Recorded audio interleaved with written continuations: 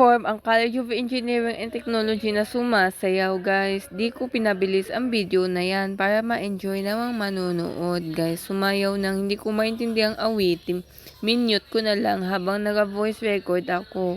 Hindi ko naman to ina-upload sa Facebook. Yan din ang siniyon ibang grupo nung voters orientation.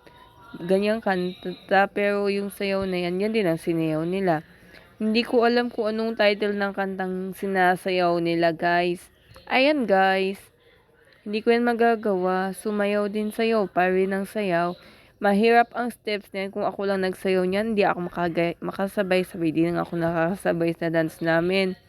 Ayan, guys. Kumakanta yung College of Engineering and Technology. Buti na lang di ko pinakita yung talent ko. Nakakahiya kasi sa part ko. Kumakanta ang College of Engineering and Technology na gustong mag-perform. Ayan, guys, kasi piyesta ni Saint Catherine of Siena, ang patron ng Holy Trinity University, ang patron ng mga nurse. Kumakanta sila, guys. Pinapakita nila ang performance nila. Kumakanta sila sa mga oras na yan, guys. Nakasuot kami ng department shirt namin.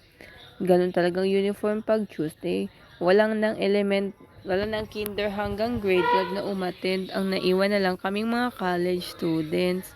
Nag-perform ang College of Nursing and Health Sciences or Sciences, guys. Hindi ko alam kung saan mga nursing yung mag-perform na yan, guys. Binidyo-video ko pa kasi yan tuloy. Ayan, guys. Kumakanta yung isang estudyante sa nursing. Hindi ako kumanta. Hindi talaga maganda ang boses ko.